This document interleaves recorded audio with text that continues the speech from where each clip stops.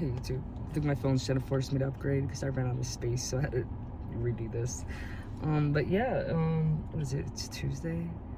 But today's been a good day. I just left an AA meeting. I did what I do earlier. I did laundry, so all my clothes are clean. I work tomorrow morning, so I woke up early to try to get myself on the schedule, so I'm extremely tired. But I'm gonna go to AA tonight, and I'm going to go to the gym tonight, and I'm going to yeah, just prepare for tomorrow that I'm gonna be there from 7 to 7. It's gonna suck. And then Thursdays I go back tonight. So Thursday I'm gonna tell the clients, I'm gonna tell my girls that I won't be there much longer because they're switching me to a new house, so that's gonna be sad. But they told me it's gonna be a couple weeks before that happens, but I don't know if I should wait or whatnot. I'll tell the staff members first and see what they feel like. I'm definitely gonna miss them because I'm got all used to that house, but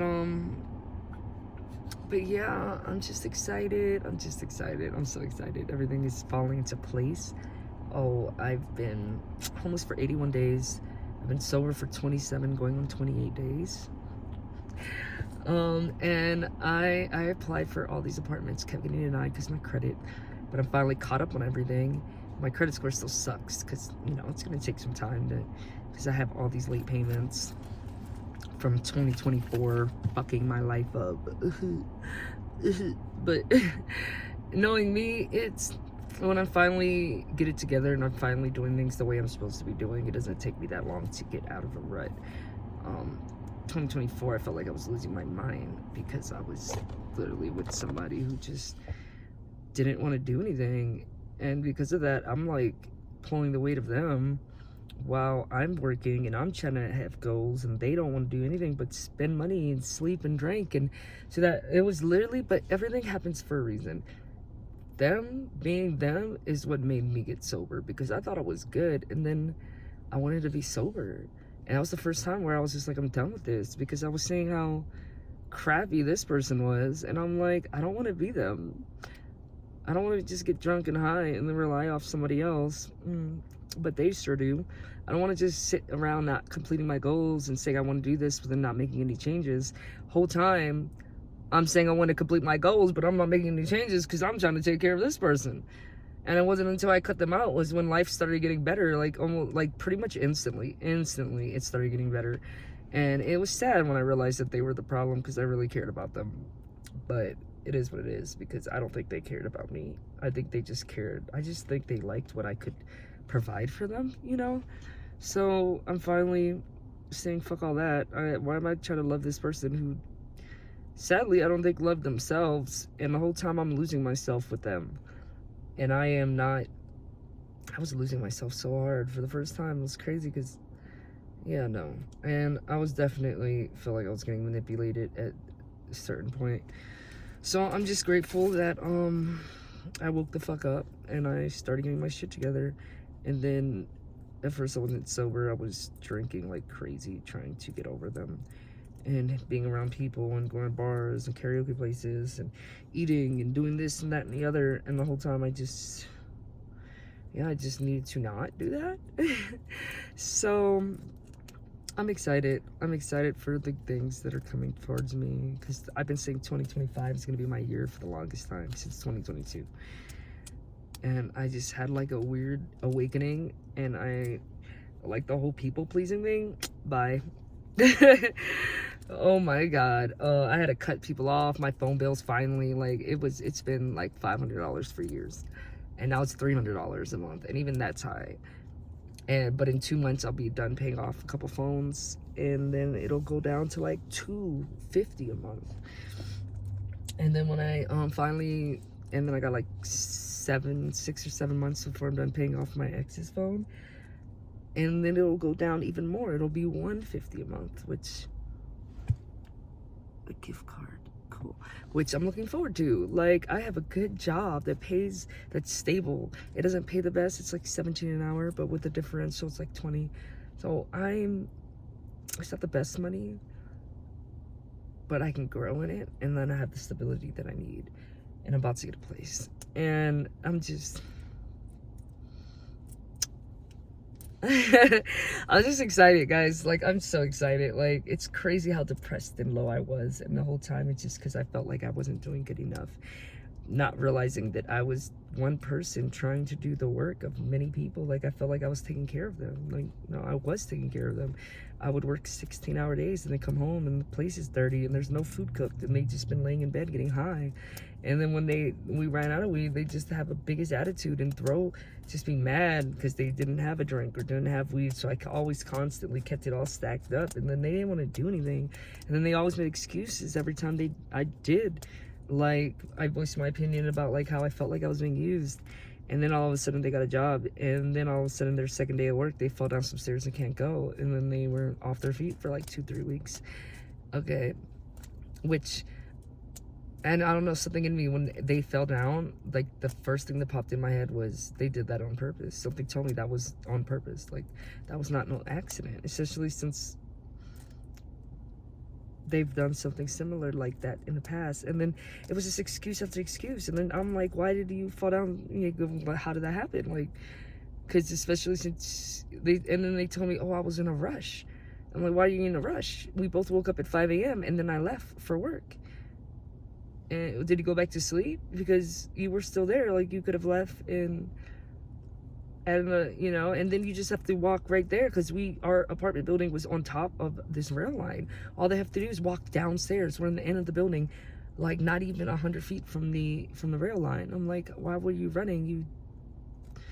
Like, I left before you and you were already awake. Like, all you had to do was walk down the stairs. So it was just excuse after excuse, never taking accountability, which was really, man, they bullshitted so much. She loved to bullshit. And I was just over it. The longer I stayed, the more I started to resent them. And the more I was just like, no, like, I started thinking all these thoughts and I'm like, nah, at this point, they deserve better. I love them enough to say they deserve better. I'm like, you shouldn't want to be with somebody who's this, that, and the other. And then that's how I knew they were using me, because I'm like, it doesn't matter how, if I didn't agree with, they always agreed with me. Nobody agrees 100% of the time. And then I switched my mind up, and then all of a sudden you agree again. I started testing them to see if they actually had a mind of their own, or if they were just agreeing with me because I'm paying the bills, And there was just a lot. There was a lot going on, and I was like, this person doesn't give a fuck about me. And I knew they didn't, because they were selfish. And there were one time I got home early, and they had ordered themselves Taco Bell from like DoorDash. And I was like, oh snap, like, where's mine? And then they kind of looked at me like, oh shit, like, you can have this. Like, no, I don't want food that you already ate half of it. Like, you didn't even think to order me a little something or anything. Because I'm the kind of person, like, I will bring you back some things. Oh, this is what I got here. This is for you. But it's like she never thought about me, ever. And I'm like, I started to feel like shit. I'm like, wow, this person doesn't give a fuck about me. Like, and then again, you already ate, so I'm getting home. Now I'm hungry. I didn't eat. And I'm working 12 to 16-hour days. And then the place is nasty. I would put something in a place and see if they move it, and they didn't move it. And then eventually the computer desk that they had all their stuff on was covered in dust. Like, I'm like, why is it all dusty? Like, you haven't cleaned it one time. Like, just certain things that were just gross. And I was just like, I can't be with this selfish, lazy ass person. Not only are you selfish, but you're lazy. Like, you don't do anything all day. And then my dumbass said I'd pay her to do my classes because I'm too tired, because I'm working 16-hour days. And she got me D's. And I'm like, if I wanted D's, like, me, when I was working, I was too exhausted. If I wanted D's, I could have did the work myself and at least got a C. But you got me D's? Like, and all you do is stay home all day? Like, how does that make it make sense? This isn't like no graduate school. This isn't going for my doctorate. This is some undergrad classes. And those are the easiest classes to pass. So I'm confused as to what the fuck you're doing all day. Because you're not cooking. You're not cleaning. You're obviously not doing my fucking homework. What are you doing? So anyway, before I hype myself up and get a little upset, they're gone now. And then when I broke up with them, it's like, they told me no. Like, what you mean no? Talk about we would fight. And I'm like, at that point, I already said my piece. And I already told her, if you ever put your hands on me, it was done. She put her hands on me. So why the fuck? what you think? That I was trying to get back together with her? Because I definitely wasn't. I left. Well, I drove her back down to Vegas, where she's from.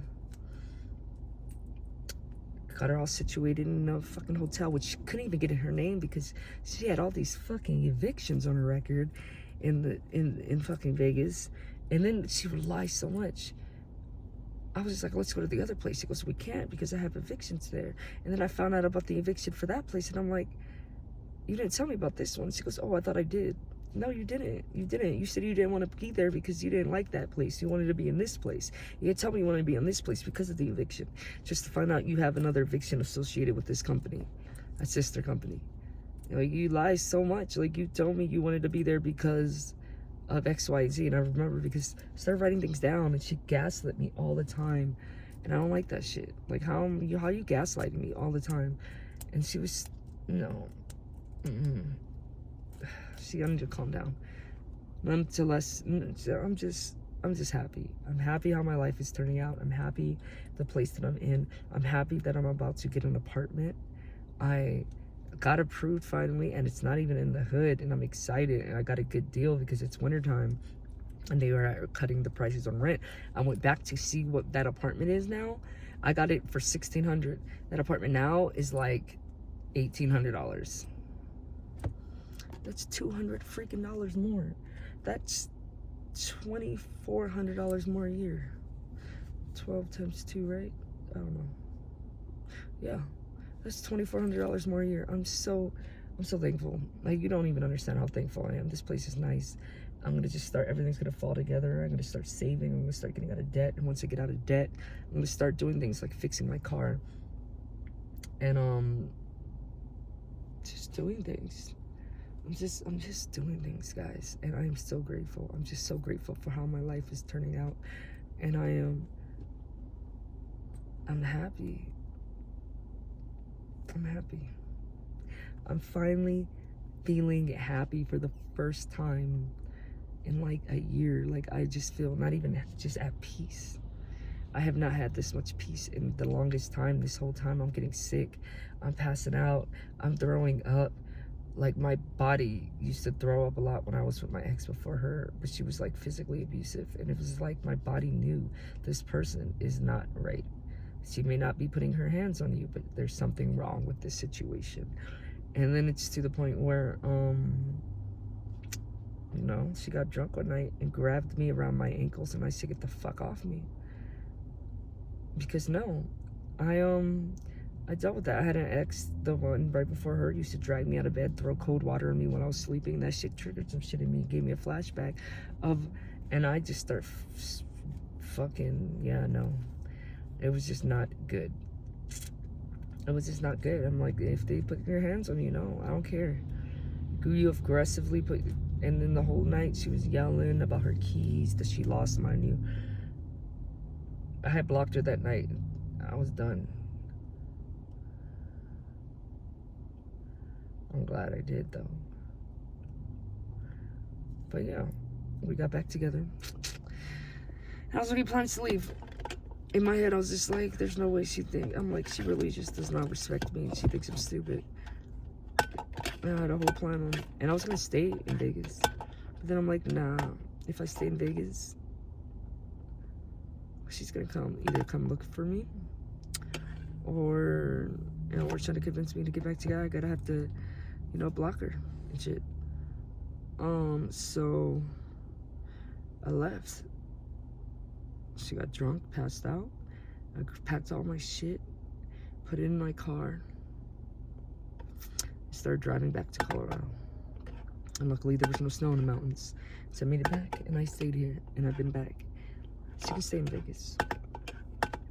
And yeah, also apparently she got a job and all this shit because I hadn't unblocked her. But she sent me half the money for the phone bill for the first time. Don't think, we'll see if she'll send again next month. Either way, I'm gonna put that money towards the phone bill, and once her shit's paid off, she's getting cut off. Cause yeah, I'm over it. And now I just know my life's already getting better, and I'm happy. I'm fucking happy. I really did this not without anybody. I literally fought hard, and I don't, at this point, I'm fighting for me. I'm fighting for my sobriety. I'm fighting for my mental health, my well-being, my everything. There's no more putting other people before myself or thinking that I need somebody else to get my shit together when I already had my shit together in the first damn place. And all she did was drag me down.